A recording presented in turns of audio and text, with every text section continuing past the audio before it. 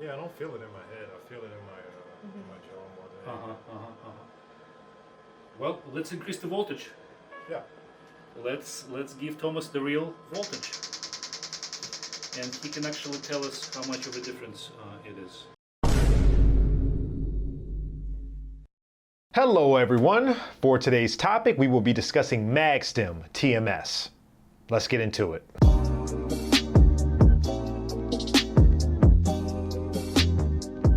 As many of you may have noticed, I use a Magstim in my actual practice. I've had one since April of 2024. There are two levels to Magstim. One is the Horizon Inspire, which is the entry-level machine that Magstim offers. I am mostly going to cover the Horizon 3 in this video because that is the machine that I own. I will sprinkle in some commentary on the Inspire whenever I can. Here is video of both coils. I want you to keep in mind that the type of coil varies from company to company. In the past, I have mentioned butterfly coils, H coils, and double core coils. Magstim uses flat figure 8 coils. The fans on these coils are strong and they do a great job of preventing overheating. The issue with the fan is the sound, and it can get pretty loud, at least with the Horizon 3. Taking things a step further in regards to the sound, it has never caused any problems with my patients in the past. Keep in mind that earplugs are recommended for these machines and other TMS companies as well. Moving on to the Magstim head tracker that you get with the Horizon 3, in my opinion, I find the head tracker to be the most accurate way to get consistency from treatment to treatment. Some caps in the TMS space are better than others. I've mentioned a couple of them on this channel, but the overall issue with using caps for TMS is the inability to see when the patient's head moves during treatment. And I promise you, the head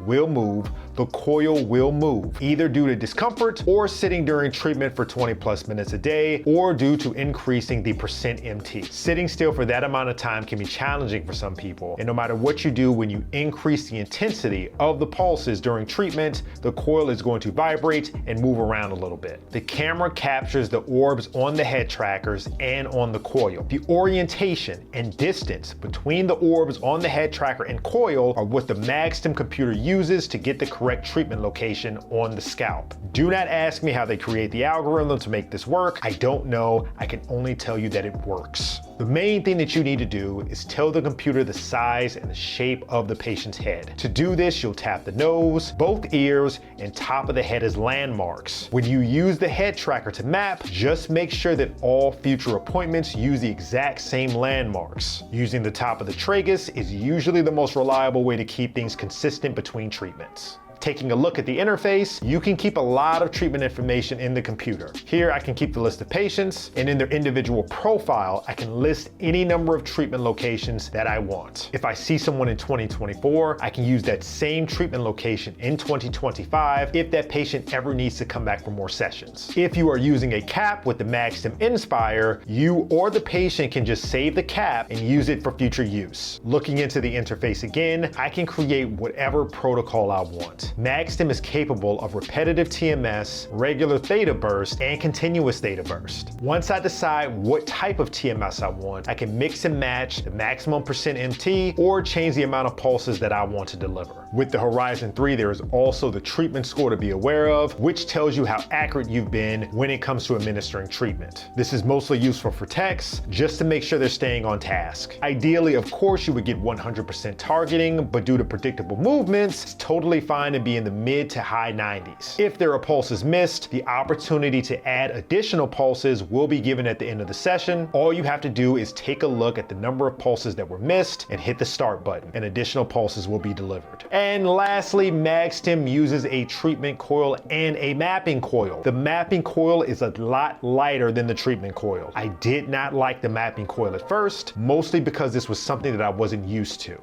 But I warmed up to it once I realized how much more flexible it was when mapping. I want to add some additional commentary regarding the mapping coil. The mapping coil will only send one pulse at a time.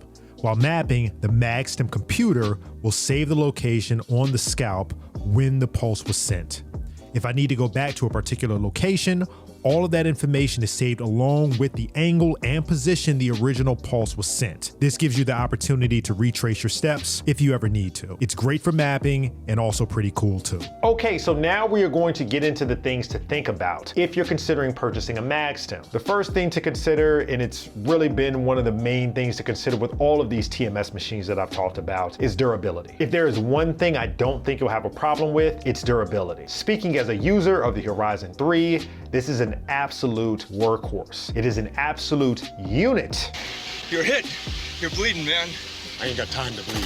This machine goes all day, back-to-back treatments. I have not had any issues with overheating, and that includes accelerated and regular treatments being back-to-back. You have to keep in mind as future TMS machine owners that once you start doing theta burst treatments, that can make the coil hot because you are using a lot of energy to send the pulses at such high frequencies. Coils will overheat and potentially slow you down if you're doing back-to-back treatments. You're going to want a good cooling system to avoid overheating if you plan on doing high volume at your TMS practice. The trade-off with Magstim for such a durable machine is the fan. And like I mentioned earlier, it's loud, but it is effective. For the Horizon Inspire, you should talk to the reps and ask them how comparable the fan is to the Horizon 3. Now we get to the cost. The cost ranges from around $60,000 to $140,000, depending upon your location, time of the year, and whatever else you discuss with your rep. You will likely find that the Inspire is in range with the other entry-level machines. The Horizon 3 is in range with other machines with some of the advanced technology that I've mentioned in this video. The good thing about the cost of a Magstim machine is that there is very little cost after that. The EHR is free, there's no pay-per-use model, and there are no subscriptions. If you use the Horizon 3, the one thing you would need to purchase are the head tracker stickers. These are the same stickers that you would find if you were using an EKG machine. And like with any other TMS machine that uses caps, you would need to purchase caps as needed if you plan on using the Magstim Horizon Inspire. And although there are no additional fees, keep in mind with Magstim and every other TMS machine, the cost of the warranty is something to discuss before purchasing. The third thing to take into account is the size of the machine, especially with the Horizon 3. It is a very powerful machine, so it takes up a good amount of space. It might be a tight fit into smaller offices.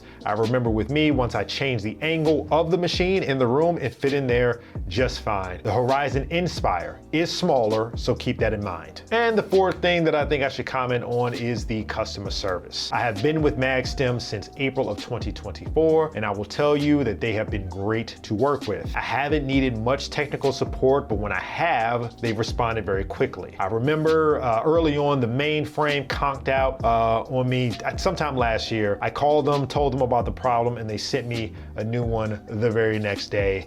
Operations went on as planned. I also take into account some of the craziness that I had going on in 2023 and 2024. So working with Magstim has been a big help, and I consider them to be pretty doctor friendly. Clearly, I have my own biases when talking about Magstim. I've done my best to keep all this neutral, but I use the machine on a daily basis. So naturally, I'm gonna have a bit more insight into working with the company than some of the other machines that I've talked about in some of my other videos. Okay, folks, that is the rundown.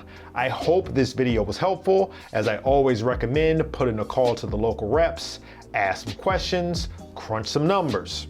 Good luck to Magstim. The better they do, the better the docs do, the better the patients do. Take care.